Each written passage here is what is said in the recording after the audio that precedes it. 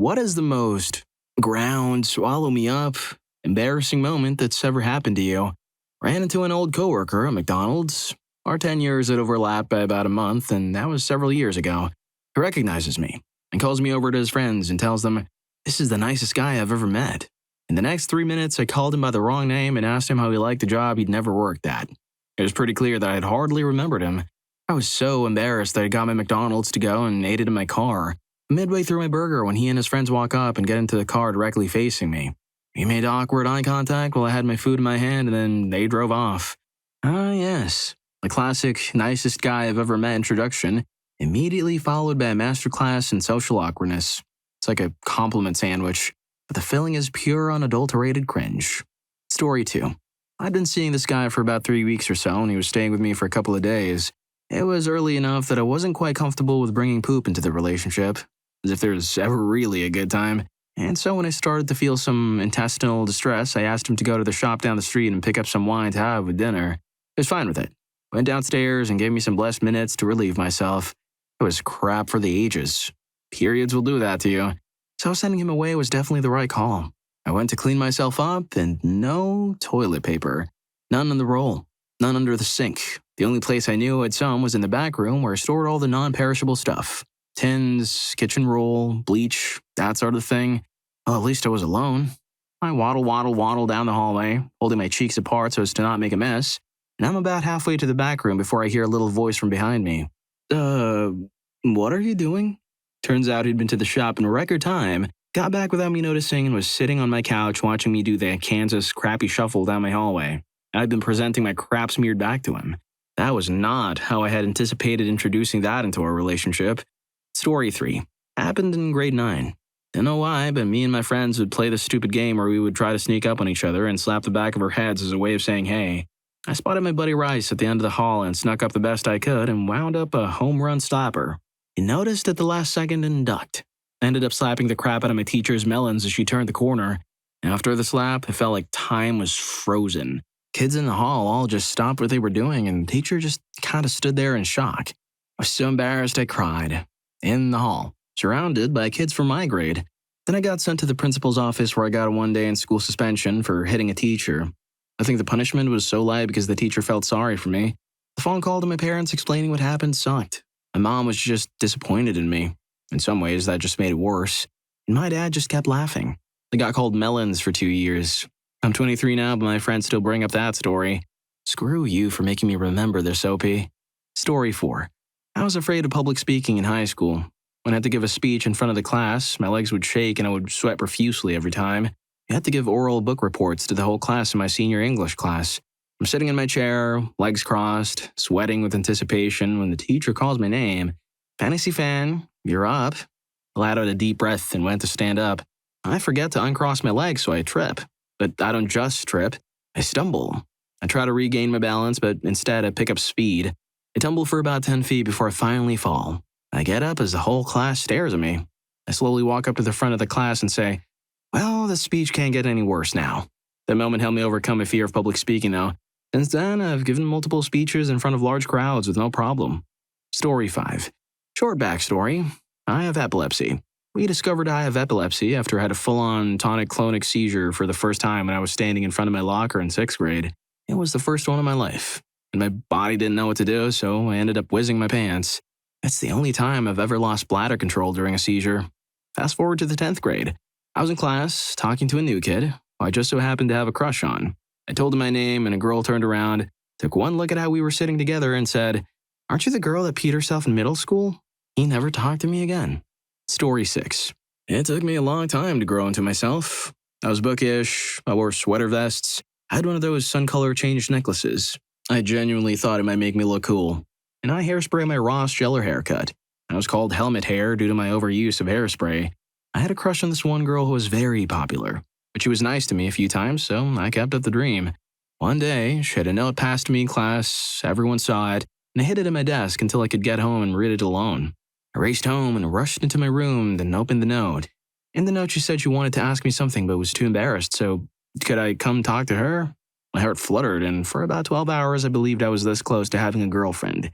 At school the next day, my friend told me it was probably a trap and to forget about it. But she was nice to me, so I persisted. I walked up to her and said we should talk. She motioned that we should go talk in private away from her friends and her classmates, but I insisted she just ask me. Her. So, I heard you really like NSYNC? Me. Yeah, I love them. I just got the CD last weekend. Her. So, do you want to go see them with me? Me. I'd love to. I've been wanting to ask you out. Her. Wait, you're not gay?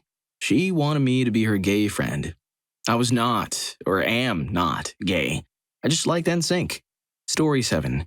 In high school, I was hanging out with my group of friends at lunch. One of her friends walked up wearing a suit and started talking to one of my other friends. A few moments later, he says, "Okay, guys, I'm heading out now. I'll be back tomorrow." So I replied excitedly, "All right, man, have fun." He gave me the weird scowl or look of betrayal I've ever seen. Somehow it slipped past my radar that his girlfriend had developed a super rare disease and passed away inside the time span of a week. All my friends were looking at me with the widest eyes as he walked away, and in a chorus, everyone was like, "Dude." Story 8. I was 13 and my family and I were on a skiing holiday. My parents had decided to sign me up for lessons so that my dad could get some good skiing in and my mom and sister could relax and drink hot chocolate. My sister had broken her wrist a few weeks prior to leaving, and my mom isn't really a winter sports fan. I'd been throwing myself down mountain slopes with about as much grace as a brick, with the tutor occasionally griping about said demeanor and was exhausted. I had time for one more run, so we all waddled over to the T-bar machine. Somehow, my jacket got caught in the bar, which knocked me to the ground. This is not the embarrassing part. It then dragged me along the snow, past where I was supposed to ski off, and carried on along a very icy path towards the mountain where it would turn back. Still not the embarrassing part. The embarrassing part was when the rough ice dragging under me somehow managed to pull down my ski pants, exposing my bare back to an entire slope of people and giving me a nasty ice or friction burn all down my thigh. Also, I was yelling my head off to get someone to stop the machine. A lot of people saw. I was helped up and off the ice and skied down to the bigger lift to take me back down to the hotel. I cried the entire way down. The real kicker was getting back, telling my family this story and having my dad and sister howl with laughter while my mom desperately tried to comfort me. Story 9. I was walking with my friends from the dorms to a restaurant or something, and deciding to be silly, started doing this little skippy-hop type walk. Lame gag for a laugh, but nobody was laughing. We were at the age where guys laugh at every stupid thing their friends do, so I stopped to turn around and see what was up. Before I could turn around, though, I noticed that there was this guy who was somewhat disabled walking in the opposite direction, coming towards us. One half of his body was atrophied and partially paralyzed or something. I don't know what was actually wrong with him. And this caused him to walk with a type of limp very similar but less exaggerated than the skippy hop I was just doing. We made eye contact, and I just looked at the ground and heard one of my friends say, "What the heck are you doing?" in this tone that makes me cringe to this day. That was almost a decade ago. On the upside, this was so cringy, if that word is even appropriate, that I think I'm gone inside and can't feel embarrassment anymore. Story 10. I've pointed this nightmare before, but here goes. I was in high school and heavily involved in drama and acting. I was looking for things to audition for outside of school. My mother found an audition for a Renaissance fair. She insisted I audition, as I was being super picky. I did not want to at all. I ended up agreeing. Flash forward. She tells me auditions are in costume, so she brought me a really cheap, crappy costume from an iParty-esque website. The audition was at a really waspy country club. So I showed up in costume. I immediately want to cringe. I entered the country club and I have no idea where the audition is. There's a ton of people in there and they're staring at me and laughing like I'm a joke. I'm literally almost in tears. Finally, I ask a worker or server. I have no idea where the auditions are. He gives me directions that makes no sense, so I wander this place for what feels like forever until I find the room. I enter and the panel looks at me, repressing their laughter. I want to cringe at this point. They say I'm definitely looking the part or prepared for the audition. I was given an audition form and told to fill it out. I asked for a pen. They couldn't find one, so one guy takes this really expensive pen out and gives it to me to borrow. He says he needs it back because it's really expensive. I leave the room, panic or weep, and flee the country club with this guy's super expensive pen. Screw that crap. Story 11. I've had plenty of embarrassing moments, but this one makes me feel the worst. Background, I played the flute in middle school and I wasn't very good. Also, I was a chubby girl who always had misfitting and mismatched clothes. I was not self-aware at all. So in 7th grade, we had a hat day. Instead of wearing a hat, I made a hat out of those long balloons people make animals out of. In math, I thought I felt something poking my head, but I wasn't sure, so I just ignored it. Skipped a band practice. We were doing chair tryouts, and most of the time I was the last chair, but this time I actually practiced and tried to do well. My teacher didn't like me, and after assigning everyone else, she said, "And Valeria, you're in the last chair." I was so embarrassed. I took off my balloon hat in shame when I noticed pen marks in the back of it. The girl sitting behind me in math was trying to pop my hat in class. That just made me so embarrassed and sad. Never wanted to try at anything ever again. Story 12. My boyfriend and I had only been together for a couple of months and hadn't gone past the passing gas in front of each other stage, which totally sucks for me, because in general I'm pretty freaking gassy. I don't drink carbonated drinks, except beer occasionally, and one night I happened to consume quite a lot. We fell asleep and I woke myself up because of the herd of animals stampeding noise coming out of my back. We both looked at each other and fell back asleep. My idiot self thinks that I need to clear the air and acknowledge the elephant in the room the next morning. I explained to him that I know I farted a grand fart and I'm so sorry, to which he looks at me with a blank stare and asks what the heck I'm talking about. I didn't even remember and I told on myself. He still laughs about it to this day. And clear the air she did. Story 13. I bragged to my sister on how I got 1,000 upvotes in a post on Reddit. My mother was very unfamiliar with Reddit, eavesdropped on us and went on to search for the post using the little details I've given my sister. One day she straight up told me, "Hey, I found your post that you told your sister." I gulped. I asked her, did you find anything else? She found out about my corn viewing activities. She then proceeds to tell me that she saw my comments in r/gone wild and all that. She then talks about blah, blah, blah, you're 18, it's normal for you to watch. And I'm like, Mom, just stop. I don't need to know that you know I watch. For your own mother to call you out on it was actually mortifying. I told her to respect my privacy and not be so nosy. I hope she gets the message. Story 14. I was 15. Went to an outdoor center with my classmates where we camped overnight and did some activities over 3 days. Anyway, we had a fashion show where all the boys dressed as girls. So the girls dressed me up with a short skirt and whatnot, or crop top. Well, in Ireland, it's pretty cold at night in October, so there I am in my miniskirt, freezing, waiting for the fashion show to start, and we go up on a table in front of all my classmates, and my shorts are loose, and my small, cold, retreating Johnson is visible at close proximity to my whole class. The cool guy in my class shouts, "It's like a Johnson, only smaller." And I passed away a little bit inside while people laughed and heard a few audible awes and accompanying sympathetic female faces. The instructors quickly got me down off the table to their credit. Anyway, that moment stuck with me for a long time, and I actually had a bit of trouble with my Johnson image for a while until I realized that I actually am perfectly average. Story 15. Not me, but my ex. We'd been together for about 5 years and we were accustomed to occasionally farting in front of each other. Normal couple stuff. Until one evening we had our neighbors over to watch a movie. We didn't know them very well and were trying to lock down some new couple friends. About 40 minutes in, my ex let one rip at a completely silent moment in the movie and everyone froze. This wasn't drilling one into the couch and it's a little louder than expected. This wasn't thinking or hoping it will be silent and guessing wrong. This was a loud, out there, unapologetic, unmistakable fart. The kind of thing that is perfectly normal in the privacy of one's own home, and he had just forgotten they were there. They exchanged a quick horrified look and then we all did our best to avoid eye contact for the tensest, most awkward hour of my life that followed. They sprinted out the door the second the movie was over and they never came over again. Story 16. This will require some background. My husband's parents divorced when he was very young, for reasons I'm still not sure of. His father and grandmother were furious when his mother took him to a psychologist and he was diagnosed with Asperger's and dyscalculia. I had always accepted the fact, and while we were dating, my sisters would playfully tease him about it. A few of my family and jokes related to his Asperger's and how he gave him an edge in playing cards, leading to a moment when my sister asked a different kid who was good at cards at a completely different function whether he was autistic. I had to tell her that's not what we say to people we don't know. At a semi-family reunion with my husband's father's side of the family, I told his cousin the story, thinking it was pretty funny, and I got blank stares. Not a chuckle, not a laugh, not a word spoken. The topic was changed. I wanted to pass away. Later that night, he had to explain to me that nobody on that side of the family even knows he has Asperger's, even his cousins and the younger generation. He just never bothered to tell them because his father and grandmother were adamant there was nothing wrong with him. It didn't negate the fact that I wanted the earth to eat me then and there. Story 17. I went to visit my now ex-boyfriend last year when we were long distance. He lived in a big city with his parents about 6 hours away, and it took a train to go and visit him. We were long distance because he had lost his job a couple of months prior. We spent the weekend together, and he went with me to the train station before I went home. Me. I really miss spending time with you. I had a great time. Him. Yeah, me too. By the way, I think you should start seeing other people. We'd been dating for almost a year and haven't dated anyone since then. Story 18. That time I screamed at a woman over her poo. My little village is a small annual dog show. We normally enter our little dog was one friendliest dog, waggiest tail, and dog the judge would like to take home in the past. This year she was unfortunately in season, so we didn't enter to prevent any fuss from the other dogs, but took her along to watch. Halfway across the park, she decided to poop, and I suddenly realized I'd forgotten a bag. There were loads of other people with dogs around due to the show, so I wandered away a little to ask someone for a bag.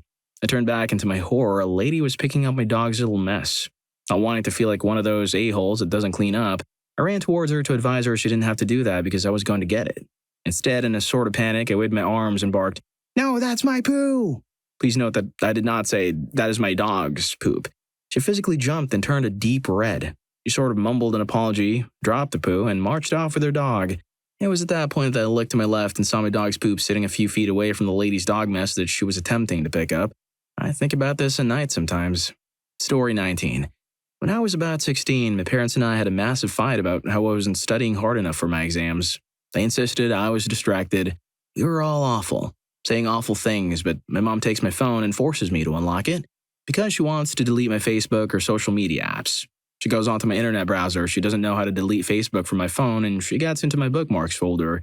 That bookmarks folder was a folder created by my friends about a year ago labeled "My Name's Corn Folder," filled with the wildest, grossest thing they could think of. I had forgotten about it and never got around to deleting it. Sure enough, my mom finds it. So while my dad yells at me, my mom finds what she thinks is mine and she passes out. I've never wanted to pass away more desperately than I did at that moment.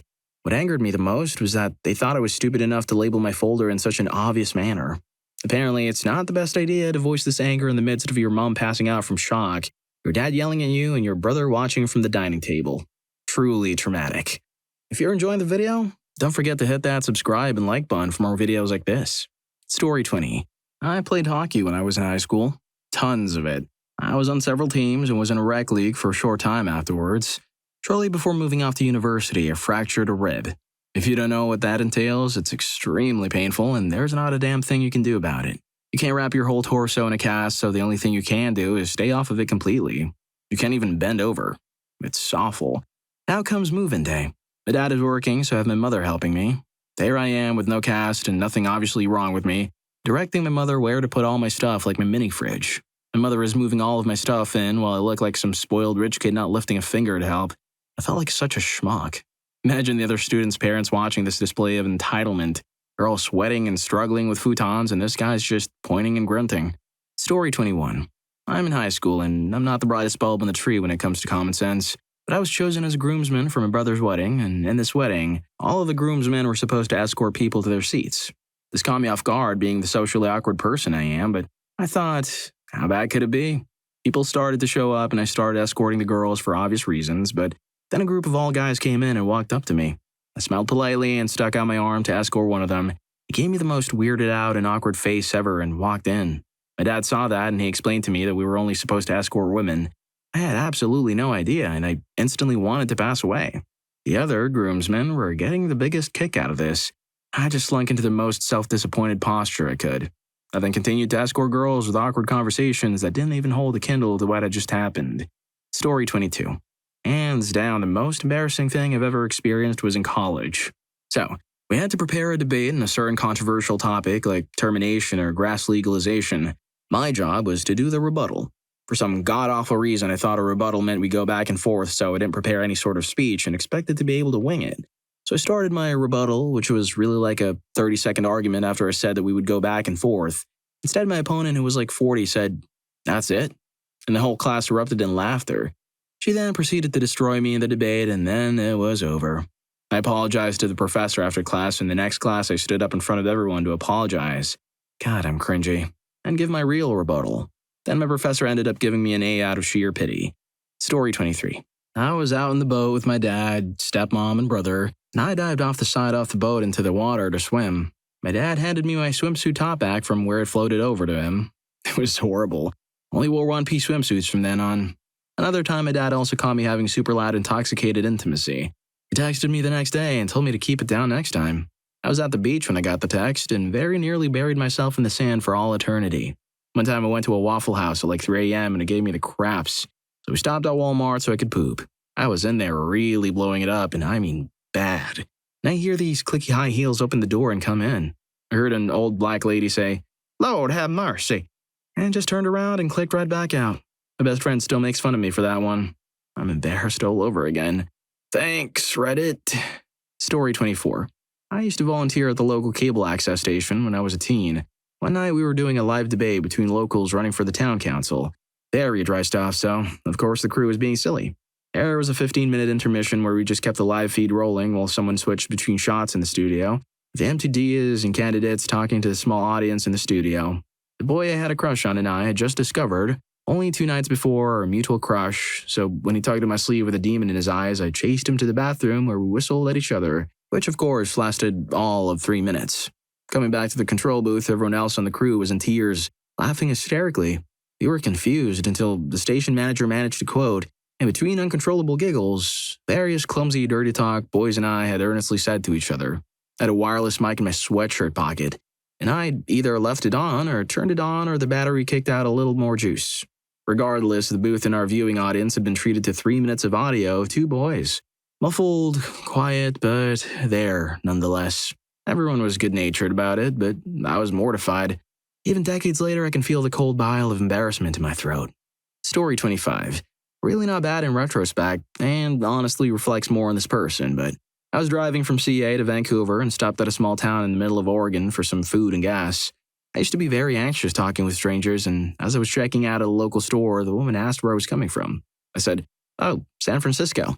And in the panic, trying to think of what else to say, I added, "In California." She just looked at me for a couple seconds and then said something like, "I know we live in the sticks here, but we know where San Francisco is," and finished up the checkout. All I could manage was, "Oh, I know, thanks, bye," and booked it out of the store. I'm not that embarrassed about it now, but I would still never go back to that place if I could remember where it was, because I'm apparently thoroughly scared of tough older women in small-town grocery stores. Story 26. I grew up near a very small town, P270, and went to a very small high school, 195 students. I went off to college where there were practically more people in my dorm than my school and town combined. It was a big school, 22,000. I was a fish out of water. Lonely, depressed, used to being hot crap and BMOC. Now I was another number in the crowd. About my 3rd week of school, I'm coming out of the showers and have to walk down the hall to get to my room. I have a towel wrapped around me and I'm carrying my shower bag. There are a dozen people or so in the hallway milling about, maybe a 60 to 40 female mix. I'm a guy for what it's worth. About halfway between my door and the showers, I slip and go into one of those slow motion falls. I apparently yelped out a half scream on the way down, enough to get everyone's attention. The towel comes off, legs to the sky, and I land with a thud on the floor. People are not just laughing, they're pointing and laughing. I sort of just went into autopilot, stood up, found my towel, and disappeared into my room for about a week. Mortified and embarrassed. It's been 23 years and I can still see the 2 people pointing and laughing. I don't blame them. Anyway, that's mine. I lived. Story 27. I was going with my friend to an event where a lot of people get together to clean a beach and remove all the litter other people leave there. A friend of my friend's mom was going to take us there, so I went to his house, which is attached to her aunt's house. Relevant detail. We were waiting for a lift. A car pulls up at the house and honks, so we get near and I open the car door and sit inside while my friend is still outside. By this point, a woman in the passenger seat is staring at me like I just ended somebody, and I'm wondering why that is. Turns out they were actually waiting for my friend's aunt because they were going to another beach. Story 28. So, I'm a dancer and a dance teacher. One day I was walking to the theater where I had a performance that evening. I lived about 10 minutes away, so I decided not to take out my car and lose my parking spot. The walk would serve as a good warm-up anyway. I was in my ballet bun, full makeup, and was holding the tutu in my arms. Now, I don't exactly live in a posh neighborhood, so catcalling was a common occurrence, and I loathed it. I used to tell myself, okay, the next time I get catcalled, I will definitely say something and stand up for myself. So while I'm walking, a car suddenly stops beside me, and suddenly a stranger shouts out, "Hey lady, want a lift?" This was my moment, I thought. You, sir, messed with the wrong girl. I summed up all my courage and yelled back, "Keep driving, a-hole." Filled with pride and relief, I continued to walk along till the car that stopped continued to drive past me, and that was when my sense of pride suddenly turned into dread and horrible embarrassment. The guy who yelled at me was the father of one of my young students who was also on the way to the theater. Anyway, I wanted to cringe over and over again. I got to the theater, apologized profusely to the student. That wasn't enough. Then the next time I saw the dad at the school, I apologized profusely to him, but that still wasn't enough. It will never be enough. I actually explained that my reaction was caused by sleazy guys in my neighborhood, and he actually laughed it off and thought it was pretty funny. But no, cringy as heck. Story 29. When I was younger, I grew my hair out longer and didn't really do anything with it. Because of this, and my name, I would get mistaken for a girl when people first meet me and or at public places. One time, my family and I went out to lunch when I was, say, maybe 8. We go to this local place, somewhere that we haven't been before, though. At one point, I had to go use the bathroom. Ask my dad where it is. He points to it as we were pretty close, and I go wait outside of it. They were a single-person bathroom. About 30 seconds later, some big old guy, maybe 50s, comes up and stands behind me to stand in line for the bathroom. A few seconds later, he taps me on the shoulder and says to me, "This is the boys' bathroom. The girls' is over there." My dad saw and heard him say this and told him that I was a guy. I wanted to pass away. Story 30. So I have a cry reflex that can be triggered by pretty much any situation. Fear, anger, frustration, happiness, you name it, I'll probably cry about it. I also have a pretty severe anxiety disorder and tend to catastrophize and assume anything minor going wrong will have apocalyptic consequences. You can probably see how this is a bad combination. When I was 20, first time living on my own and barely scraping the surface of adulthood, I found out the Canada Revenue Agency had my incorrect direct deposit information and my tax returns had been going into the wrong bank account for 3 years. To clarify, I had never given them my banking information. My dad, who did my taxes at the time, had never given them my banking information, and to this day, I still have no idea where they got it. Of course, I start freaking out, thinking I'm going to get in huge trouble and the government is going to take away my student loans or send me to prison for tax fraud or something else big and irrational like that. So the first thing I do is go to the bank to see if I can sort this out through them and figure out if maybe they were the ones who gave away my banking info so I won't get in trouble. They say there's nothing they can do and that my direct deposit information wouldn't have been given out without my consent. My brain basically yells, "You're going to tax prison!" And at the push of a button, I start full-on sobbing in front of the bank teller. I'm talking red eyes, red face, snot running out of my nose, sobbing. The teller is staring at me with wide eyes, clearly not knowing what to do as I gather up my stuff through my tears. I turn around, the entire line of people is staring at me in confusion because apparently I was sobbing loudly. I walk out into the mall, because of course this bank was in a busy mall, and get on the bus to go home, all the while getting stared at by people who are probably debating in their heads whether they should ask me if I'm okay. I'm cringing from embarrassment the entire time, but I also can't make myself stop. I get home, I call the revenue agency. I've somewhat calmed down at this point, but as soon as I come off hold and an actual person picks up, I burst into tears again. I have to try to explain to them the situation while they can barely understand me because of the sobbing, and I'm pretty sure they're getting fed up. And then finally, once I've told them all the details, they basically say they'll handle it. And a couple months later, I get my money back. All of that embarrassment for nothing. Story 31. I was a new lifeguard, tanning my white back and thinking I was hot crap. I'd do laps around the pool, keeping kids safe in my tight little one piece that was both sexy and serious. Hero. The only issue I had was that there were mosquitoes around the pool. They were hard to see, but I had a few bites here and there. I always felt them on my legs and couldn't swat them because I had so much time talking to the people who were sitting, their eyes to my thighs. They didn't want to be slapping my legs around while talking to patrons, clam first. So after a few days on the job, I felt a bug in my inner thigh and finally swatted it. I looked down and realized that for the whole day and maybe all those before it, my tampon string was hanging out the front of my swimsuit. Story 32. I was at my girlfriend's house, hanging out, all fine, until the sister walked into the kitchen to make herself a coffee. Until that point, I had only said hi a few times to anyone from her family and I wanted to give a good impression. I started taking things out of my pockets and talking about each object, just to avoid silence and to control my social anxiety. Things like a ticket from a movie I saw the other day, what the keychain of my keys was, and who gave it to me. I would give a little story about each thing. I thought that the filler conversation would eventually get a topic that would take the focus away from me. Thanks to the silence that my girlfriend maintained behind a slightly knowing smug smile, I ran out of objects. Putting down the last object, I said, "Well, that was the last interesting thing in my pants."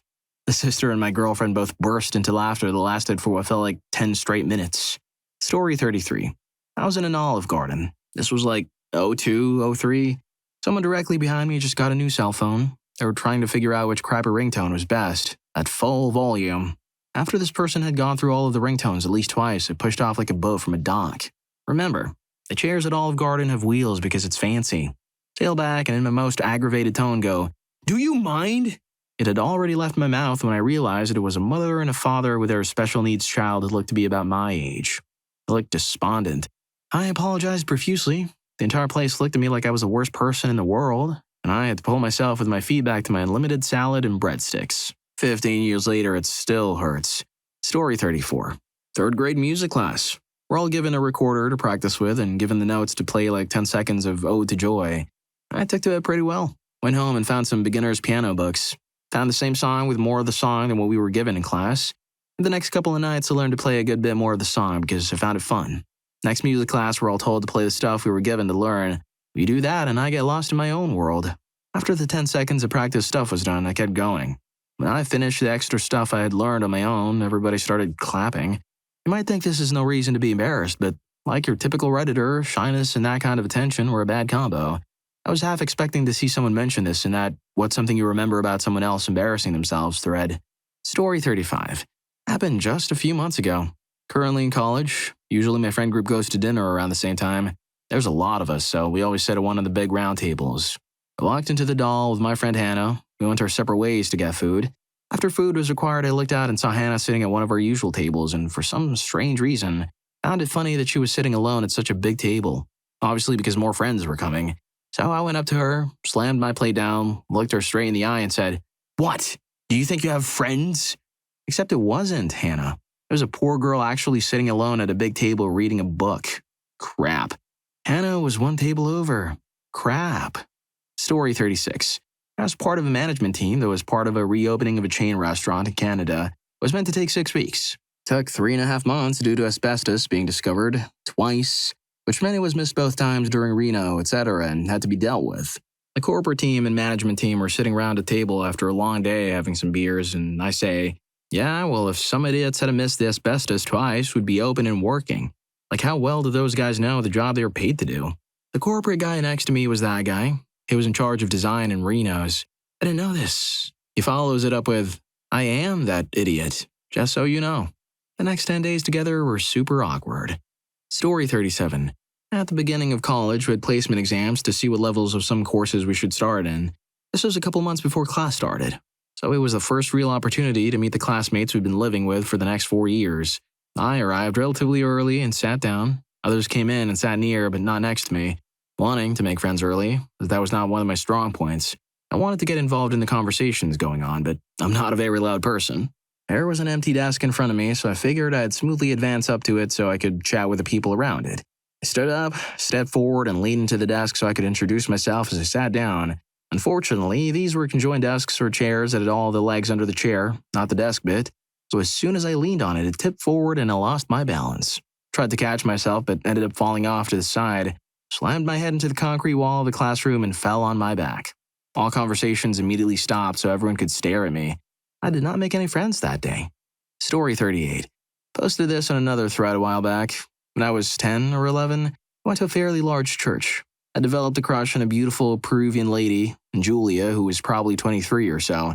I took each and every opportunity to talk to her, but I never had anything interesting to say to keep conversation flowing beyond pleasantries. One day, I entered the church from a back door used by staff as my parents were elders in the church and mainly used the back entrance. This was a couple hours before a service was to take place, and my parents had arrived early to set up sound equipment. There was a long hallway you had to walk through to get to the side entrance of the auditorium.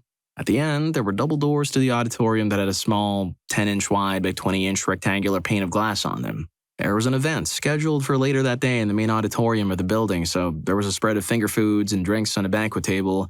As I approached the doors, I spotted Aunt Julie in the auditorium sneaking a few morsels from the table. Aha! I thought to myself. Now is my chance to make a joke and get a laugh out of her.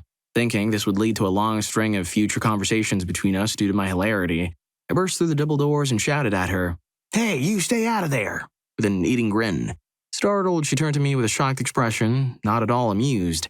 I slowly looked to my right toward the center of the massive room and noticed there was a group of about 300 people gathered around a member of the church, praying in solemn silence. My face turned 10 shades of red and I bolted out the back door and hid for a while.